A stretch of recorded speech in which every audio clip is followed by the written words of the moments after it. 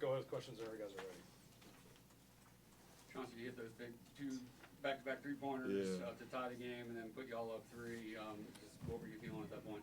I was just thinking, like, we were down, like, really 6, 7 going into halftime. We weren't playing our best basketball, and we were only down 6 or 7. So I'm like, okay, like, we need to get something going on offense.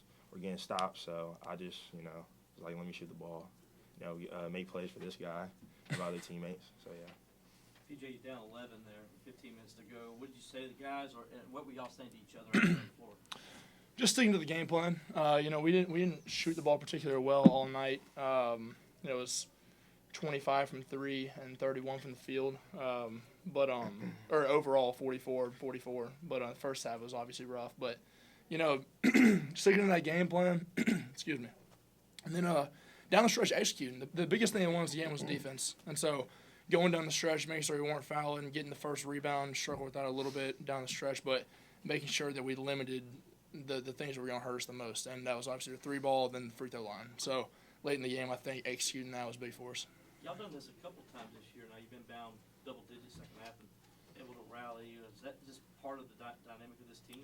That just speaks to our core and our age. I mean, we're an older group. We have some younger guys who really help us. Obviously, Wig and Reggie, RJ, and then a few other guys that help us out a lot down low. But we our core group. I mean, with me, Chase, Joe, and Chef, we have 4 guys who are upperclassmen. So having that experience down the stretch is huge. And we stay calm, we stay poised. We've all played in big games, bigger crowds than that. I mean, Joe's been to the Sweet 16.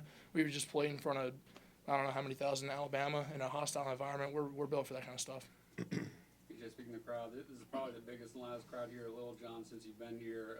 How much of a factor were they tonight? It was huge. I mean, it's so fun. Whenever we have that kind of fan support in Little John, is special. I mean, it's just packed out. Sometimes it's hard to even call out ball screen coverages. It's pretty tough, and I already don't do a great job of that. So it's fun, man. Whenever you have all those guys going right behind your back, you got the new noodles or whatever, the balloons. That's a cool little factor we've added in. It's a fun place to play. Everybody always asks me, like, hey, what's your favorite place to play in the ACC? And I'm dead serious when I say it's Little John. I don't really have a favorite place away. There are some places that are cool, but, I mean, Cameron's historic. Dean Dome's big, but it's not as fun as Little John, in my opinion. And, there's some bias, but still. DJ, Coach Paris said that y'all were more aggressive offensively in the second half. Was that a conscientious effort on your part? Yeah, I mean we had to score the ball. We didn't do our best in the first half. Obviously, like I said, 31 from the field and 25 from 3. That's not us. We only took 8 threes in the first half, which is not crazy low, but it's definitely lower than normal. And making 2 is definitely low. So, having an attack mentality on offense. I mean, putting up. Was it 23 in the first half? Is that right? Or 20-something in the first half. That's probably our lowest all year, correct? And so it was coming out in the second half was just go out there and attack. And, don't do anything crazy, but go out there and be aggressive. Was it something they were doing in the first half, or y'all just need to settle in? Settle in. Missed a lot of bunnies. I missed a couple at the rim. RJ missed a couple that normally fall. He's been great all year. Just couldn't quite get him to roll in. Chef missed a couple. We were all just kind of, getting our feet under us, which is something you can't really do in a game like this, but obviously we have the experience to bounce back from it. We have guys like Wig who can hit big shots, Joe who can make huge shots. Chase made a wild step-back 3 that was awesome for us late in the second half. We have a lot of guys who can create an offense and make sure we can win when we're not shooting the ball great. For both y'all, the football team won this game 2 weeks ago. The trophy was in the lobby. Just what did it mean to deliver a win over a rival tonight with that big crowd? I mean, I'll speak just about being in the state.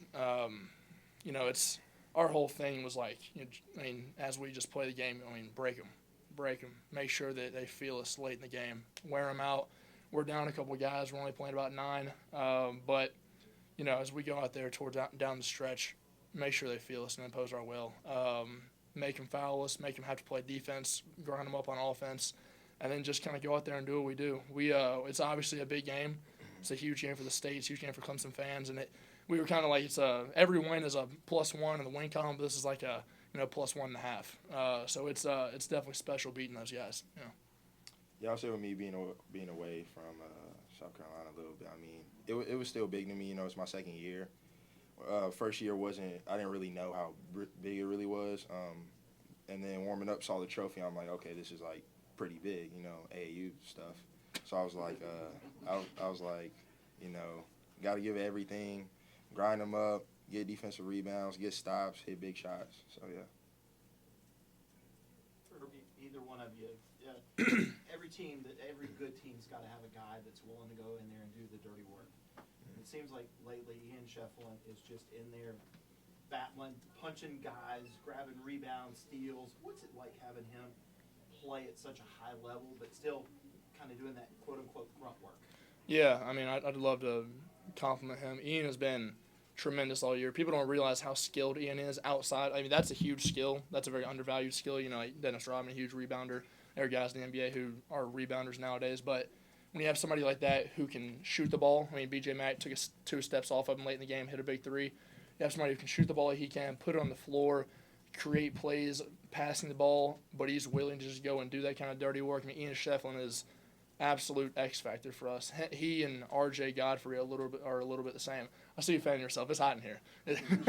It's hot, but yeah, I mean, he's huge for us. And I watched the presser with Coach Capel in Pitt, and he had some great words for him, and I thought that was really good for people to kind of notice how awesome he is for us, and to know that, I mean, these games aren't won without him.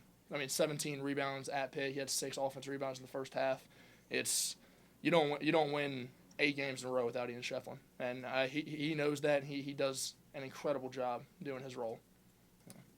I love that guy. I love Ian, man. Yeah, he also might be the funniest dude on the team. Yeah, I love Ian. You know, been with him since high school. He's always really had that in high school. He just never really shown it. And now that I'm with him, you know, I'm one grade below him. You know, I'm glad that like all his skill, and all the toughness, and all the grit is coming out. And I just love playing with that guy, man. Yeah. Anything else for these two?